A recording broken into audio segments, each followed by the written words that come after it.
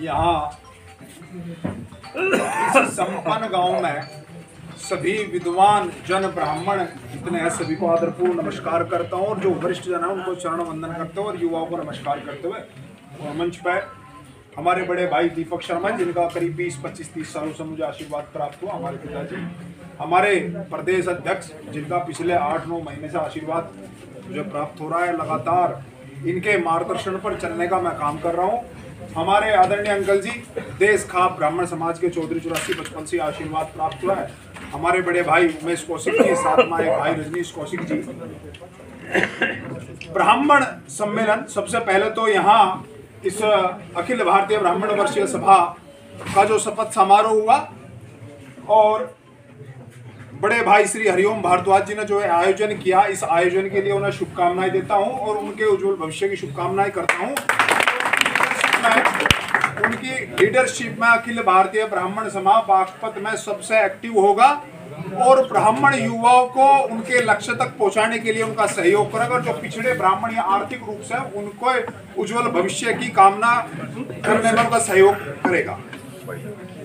ब्राह्मण शब्द जब आता है और जब ब्राह्मण सभा होती है तो हमारे जितने भी शिरोमणि हुए, हमारे ब्राह्मण हीरोज हुए, जिनके ऊपर पूरी दुनिया गर्व करती है, जिनके ऊपर ये सनातन धर्म गर्व करता है, आर्यभट्ट जी का नाम आता है, महर्षि दधीची का नाम आता है, जिनकी हड्डियों से बड़ा अस्त्र बना और जो उस वक्त के बुरे राक्षस होते थे, आतंकवादी होते थे, उनका नाश करने का काम हुआ। महर्षि भारद्वाज का नाम आता है, भगवान परशुराम का नाम आता है, जो केवल ब्राह्मणों के ही भगवान नहीं थे, ब्राह्मणों के ही हीरोज नहीं थे, पूरे विश्व में सभी जातियों के थे, क्योंकि उन्होंने बुरे लोगों को खात्मा करा था। और मैं तो ब्राह्मण समाज के नेताओं से, अपने लीडरान से एक अपील और करता हूं कि जब कभी भविष्य में भगवान परशुराम की जयंती या शोभा यात्रा निकाले किसी भी संगठन द्वारा, तो हमें तमाम अपने से अलग उन बिरादरियों को बुलाना चाहिए जिनके लिए भगवान परशुराम ने काम किया है। तमाम ऐसे शख्सियत, ऐसे लोगों के नाम आते हैं जो महान खगोल शास्त्री हुए, जिस खगोल शास्त्री ने अब से 800 वर्ष पूर्व ये बता दिया कि पृथ्वी गुरुत्वाकर्षण का केंद्र रही है, जो उल्का पिंड आते हैं पृथ्वी अपनी तरफ को खींचती है, ये 150 वर्ष पहले न्यूटन ने बताया, हमारे ब्राह्मणों ने 800 वर्ष पहले बता दिया।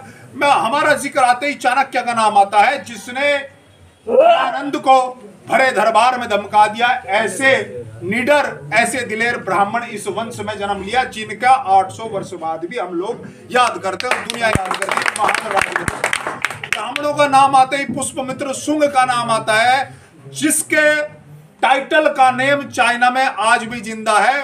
परशुराम मित्र शुंग मित्र शुंग वो थे जिन्होंने चंद्रगुप्त के लास्ट वंशज बौद्ध धर्म का विनाश किया था, सर कलम किया था और यूनानियों का सामना करके फिर सम्राट बना। और जब बाद में चाइना पर आक्रमण करा तो वहां के राजा ने अपनी लड़की से उनके लड़के की शादी करी, और उसी टाइटल के गौत्र जो शुंग चाइना में रहते हैं वे सब ब्राह्मण है। ब्राह्मणों का नाम आता है तो पोरस का नाम आता है, जो सिकंदर, जिसे वहां यूनानियों ने कहा द अलेक्जेंडर ग्रेट, यूनान का भगवान, उस भगवान के पैर रोकने का काम करा।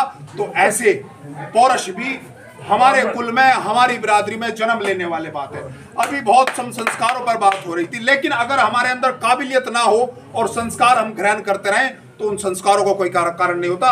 आधुनिक युग में कल्पना चावला ने देश का नाम रोशन किया, वो एरोप्लेन में बैठ के गए, एरोप्लेन में उस तरह के अंतरिक्ष यान में जब जाते तो उस तरह की हम चीजें नहीं कर सकते जो हम धरती पे।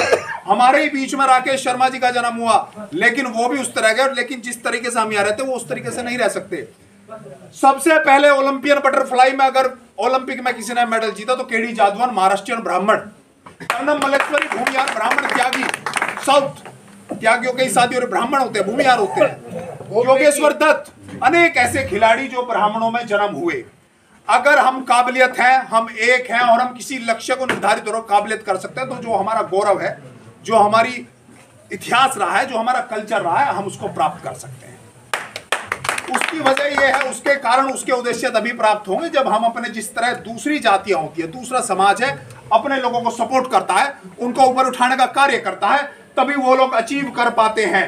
तो हमें जिस तरीके से, मैं जो आज जिस स्थान पर मैं खड़ा हूं, जब 8 महीने 9 महीने पहले हमारे जो बिरादरियों के प्रदेश अध्यक्ष हैं, जिले के अध्यक्ष हैं, इन जैसे वरिष्ठ लोगों ने जब मेरा हौसला बढ़ाया, तो उस वक्त मैंने मना कर रहा था, मगर नहीं, विचारेंगे। लेकिन जब इन लोगों का आशीर्वाद बना, आप लोगों का आशीर्वाद हुआ, तो आज जो लोग बहुत सक्षम हैं, जो लोग बहुसंख्यक हैं, आज वो आपके आमने सामने कहीं भी टिकने नहीं है। 8 महीने में 7 महीने में आपने करीब 10-12 प्रोग्राम अपने आप कर दिए।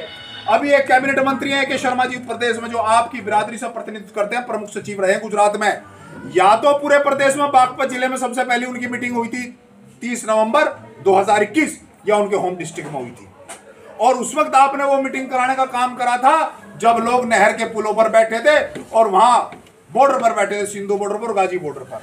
तब आप लोगों ने बड़े समूह के साथ, बड़ी दिलेरी से, बड़े कॉन्फिडेंस से, आपके आशीर्वाद से मुझे उस मीटिंग का आयोजन करने का काम किया था। जब हम अपने युवाओं का हौसला बढ़ाएंगे, अपना मैसेज जाएगा, तो वो दिन दूर नहीं है कि राजनीतिक रूप से भी हम सक्षम रहेंगे और विपक्षता रूप से हम सक्षम रहेंगे।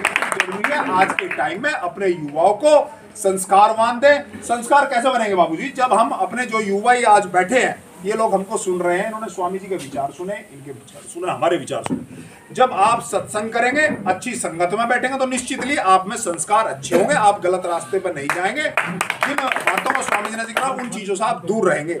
अच्छी सत्संग से ही अच्छा व्यक्तित्व निखार करता है। तो मैं तो शुभकामनाएं करता हूं, दोबारा से हरिओम शर्मा जी को बधाई देता हूं कि उनके कार्य का